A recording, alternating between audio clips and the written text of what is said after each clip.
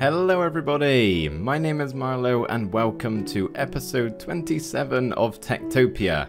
I was just thinking before I hit the record button there, 27 isn't really a lot of episodes, is it, considering how much work we've done in this series. For those who don't know, we've only been working on this place here, Esteria, since episode 15, I think, and we actually have a whole nother village, which I'm thinking today at some point we may actually go back and check out, because some of you guys have been asking for me to do that, and there's probably a few of you out there who have never seen that before, so I think that'll be something fun we can do a little bit later on.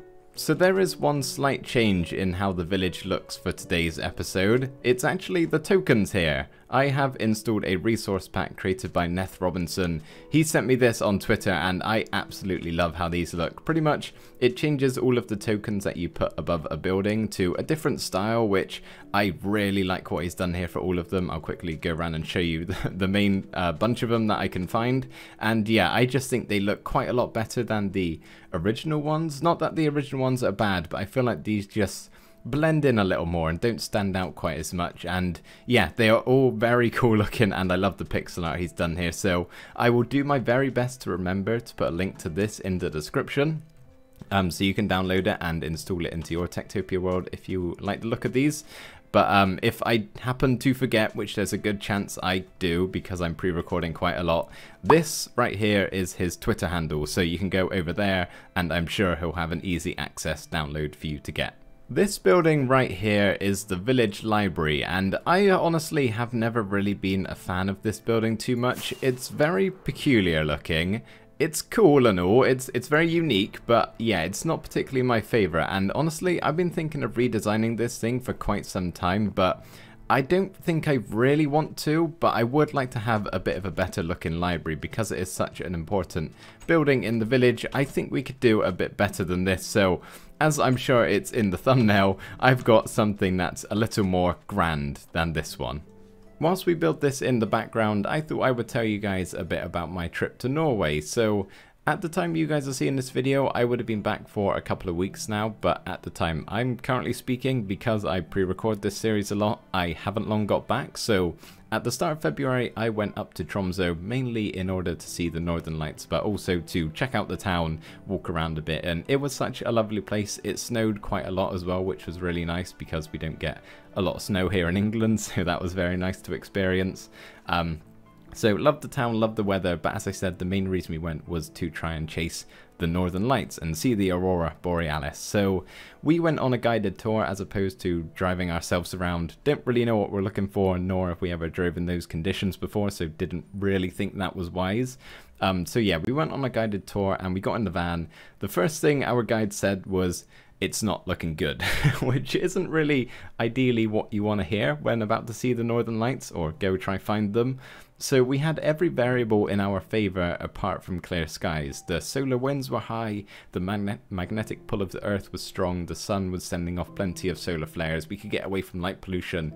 Everything was looking good apart from the main factor of having clear skies, because you can't see them if there's a giant cloud in the way, and it was forecast to stay like that the whole night. So yeah, not really off to the best start. So the first place we stopped was to kind of just wait and see if the clouds were going to pass anytime soon, and he was getting feedback from all of his other tour guides going on, see if there was anything going down in other locations. But he set us up a campfire and we had dinner, which was really nice, just to sit out there in the wild around a burning fire. And there were actually some moose footprints nearby where we were set up, which was kind of crazy to see, knowing a moose had been walking through here not long ago.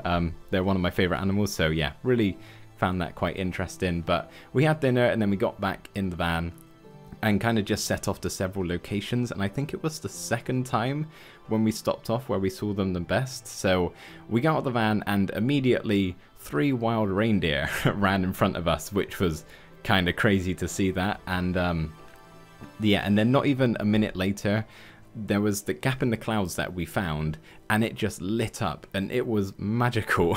And we couldn't really see them waving all the way like they do and how you would expect, but yeah, it was so bright and amazing. But then for a very brief 2 or 3 seconds you could see them so vividly just dancing there up in the sky, and it was just amazing. I will have that memory ingrained in my head for the rest of my life.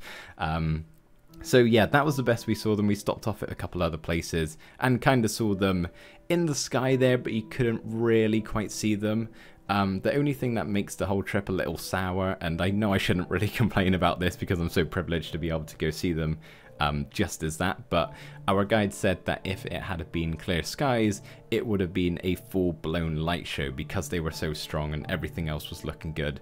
So that's a little annoying. If that probably doesn't sound great saying that. It was still amazing to see what we did, but knowing we could have seen a magnificent light show in the sky, it's a little upsetting, but I cannot complain really. Just those glimmer of that 2 seconds seeing them up there was more than I ever could have asked for, seeing as we weren't planning on or didn't think we were going to see them. So yeah, all in all, amazing trip. The Northern Lights are a magnificent phenomenon that I would highly recommend any of you going to check out if you are in the position where you're able to do that. It was amazing.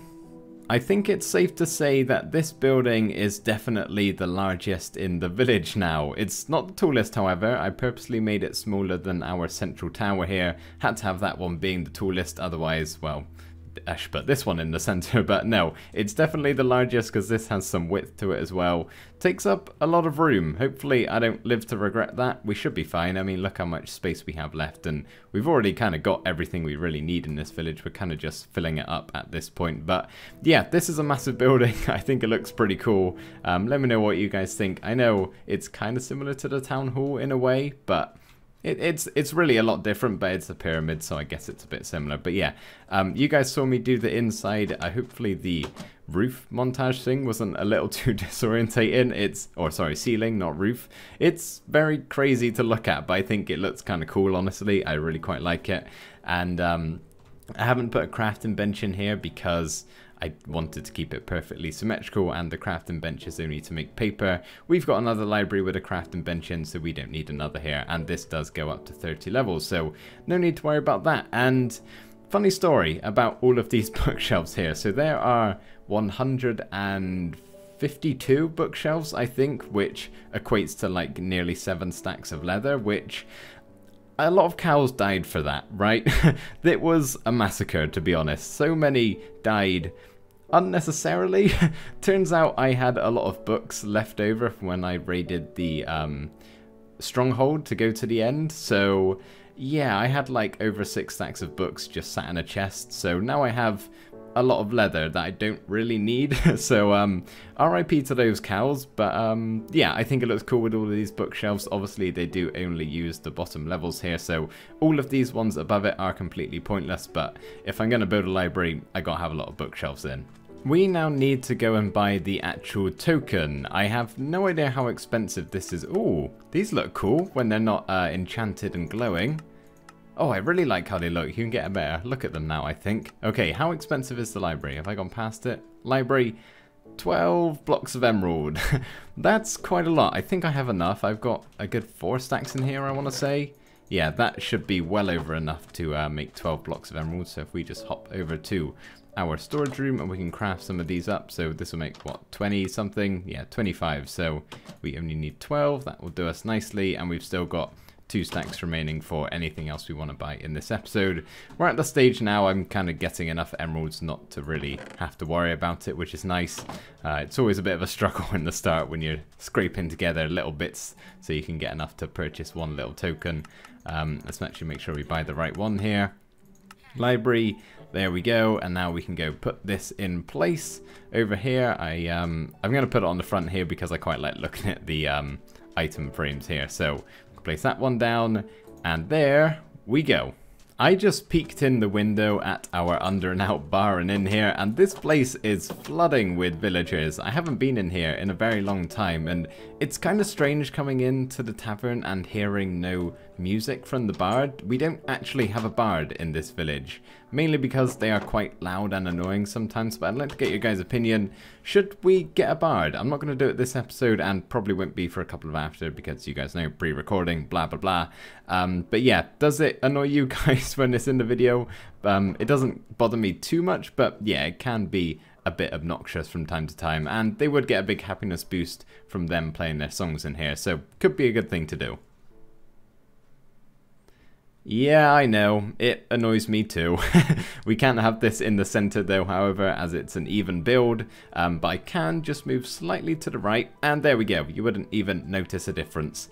So we are down here in the mine shafts because we need some more of these. So do you guys remember this book I showed you where it's part of the Techtopia information mod addition to this thing where you can see all of the statistics in your village? So yeah, it's really helpful. And if we go to professions here, we can see we've got 9 miners and 4 druids, where I think at least 2 of them, maybe 3 of them, are dedicated to only using their earth reform skill and replenishing the mine shaft. So that means we have 13 or 12 villagers down here working in the mines, but only 8 mine shafts, and they can't share them. So yeah, I'm gonna need to buy a few more, and I'm thinking I might just bulk buy another 4 or maybe even 8, depending on how expensive they are, because, well, why not? I got emeralds to spend.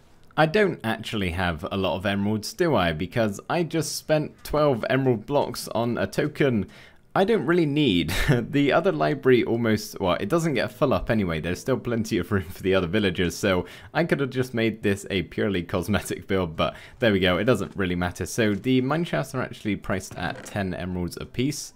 Merchant has taken 1 point of damage, that's good. So that means we need 80 emeralds. I think that equals 80, right? 64 plus 16, yeah it does. So yeah, I'm just going to buy 8 of these all together. And yeah, hopefully that should just generally increase the productivity of the whole village.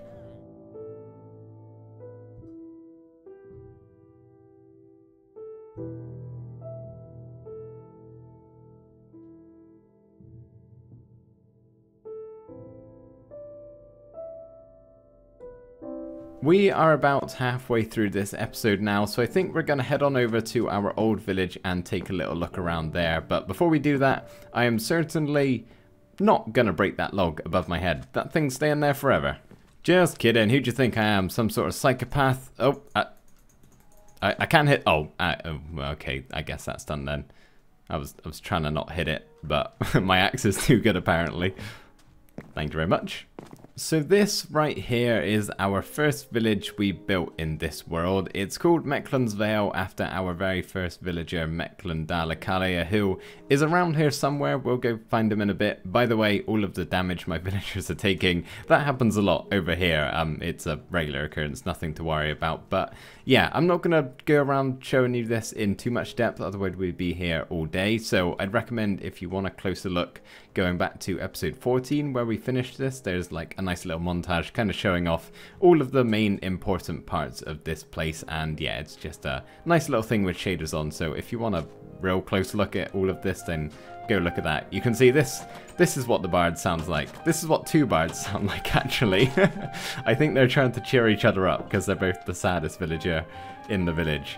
That's very loud and annoying. Let's get away from that a bit. But yeah, I absolutely adore this place. Don't get me wrong, I love Isteria, but this one just is so special to me, and I prefer medieval building a lot more than anything else, really. It's what I'm most comfortable with. So yeah, really happy with how all of this turned out. We are in a valley, hence why it's called Mecklen's Vale here. And we haven't ever really flown around here, I don't think.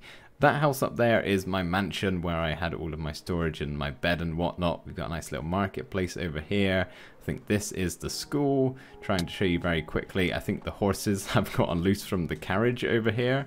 The merchant's carriage, yep, they were tied up eventually at one stage, but they seem to have got loose.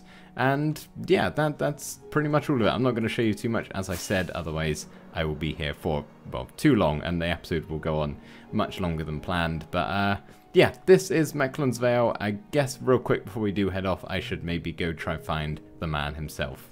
I'm not having a lot of luck here. The sun has now set, so I'm just going to walk into all of the buildings pretty much until I find him. You in here, Mecklin? No, you're definitely not. This place looks very lively. Nope, not in here. How about the other tavern? No, and you look very sad. Maybe this little cabin? This was one of the first houses we built. Nope, just 2 farmers. You in here, Mecklin? No, but that was very ominous. Why did you guys just stand there so still? Is that what you do when I'm not watching? Are you actually just robots? And am I in a simulation? Is that what I've just discovered? Well, despite life being somewhat pointless now, the search continues. Are you in here, Mechlin? Nope. There's a good chance he could be in our 18-person home here, so I'm going to go check all 18 of these beds. Is that you? Nope, not you. There's his painting on the wall, though. That's what he looks like. Very similar to this guy here, but there's a slight difference between him and Mechlin. What about this one, right here? Is this you? I don't think it's you. You don't snore like Mechlin does. No, you're Krint. Close, though. What about over here? If I just take a peek through the window, don't mind me while you're trying to get some rest. Looking for Mechlin Dalecarlia. Any of you seen them? By the looks of it, no, because your eyes are closed. This is one of the last houses I've got to check. It's above our kitchen here. 6-person home. We've got a pretty good chance.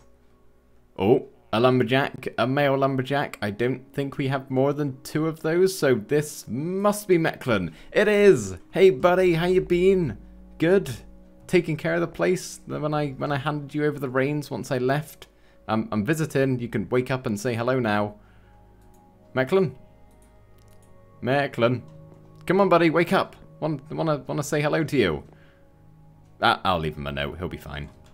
We are now back over in Asteria, but I gotta say, it was really nice going back and checking out our old village of Mecklin's Vale. Kinda nostalgic in a way, although I don't really know if you can class it as nostalgia, bearing in mind it was only a few months ago when we were last there, but still cool to go back and see how the place is doing. So I have actually given our llama friend who lives in this house here a name, as I asked you guys in episode 24, I think it was, for some name suggestions, and I got many good ones. I'll just list a few off here. There was Kuzco, Wendell, Wally, always sticking his head through walls like he's doing now. That one would have made quite good sense. Lloyd, Lincoln, and sticking with that L theme, we have called him Larry the Llama with 2 L's at the front. I think he just really suits a Larry. I don't really know why. That was a suggestion from Elijah, so thank you for that one. I think he really likes his name. So I think now I would like to do a little bit of landscaping around this village. We'll be leaving most of that until the village is fully done and all of the buildings are in place, along with the pathways, but I thought maybe we can do a few... oh, poor chicken. Bits here and there, and I'm going to start off by doing something in this open space. Maybe some sort of water area. I don't really know what I'm going to do. I'm going to have a play around with some stuff and see what I can come up with. I might do a few bits here and there if there are any that seem like they could use something like that. But yeah, definitely going to do something there, and I'm just going to see how it goes, really.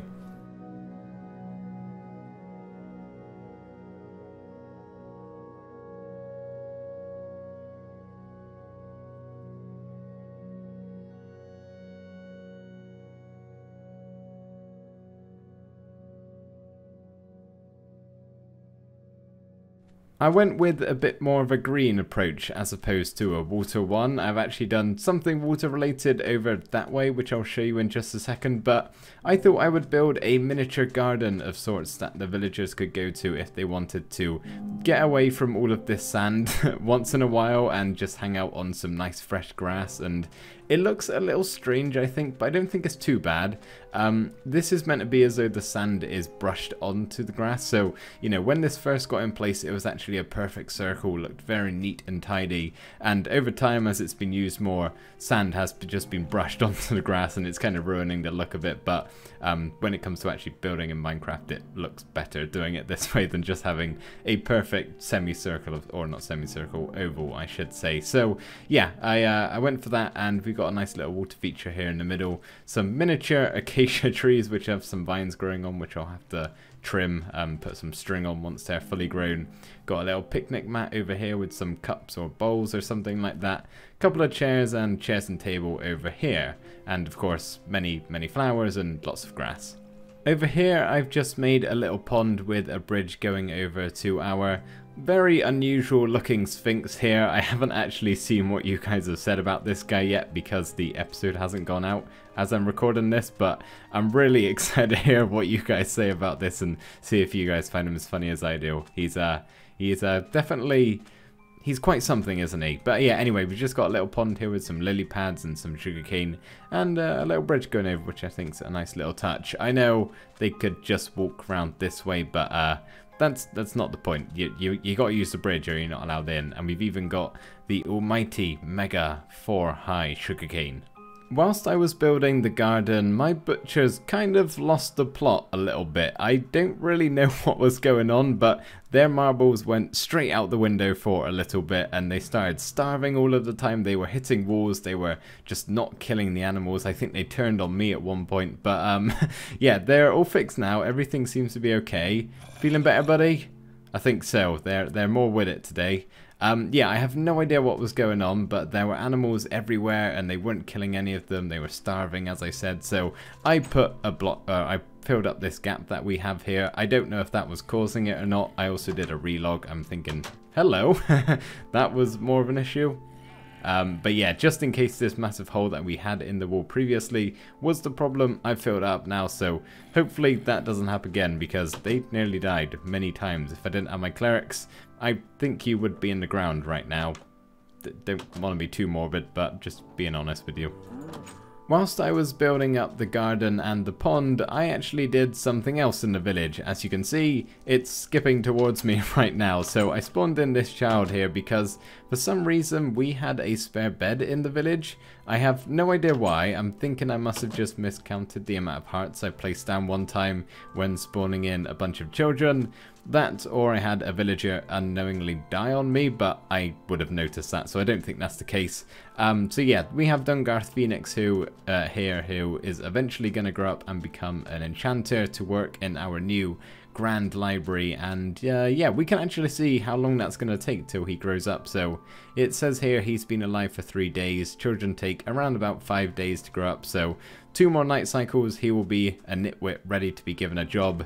I haven't really got anything to do. Merchant's taking damage again. So I'm thinking I might just walk around the place and do some odd jobs here and there whilst I wait on the time to pass.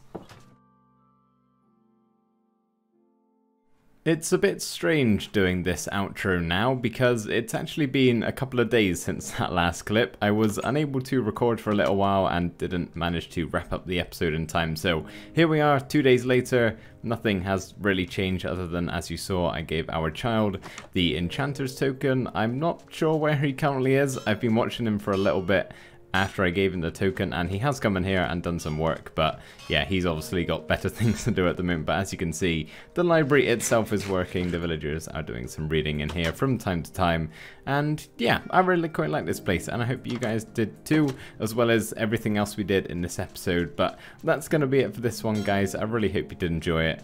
The anvil is ever so loud, so yeah, let's move forward again here and get away from that. But thank you guys ever so much for watching. I really hope you did enjoy it, and I'll see you in the next one.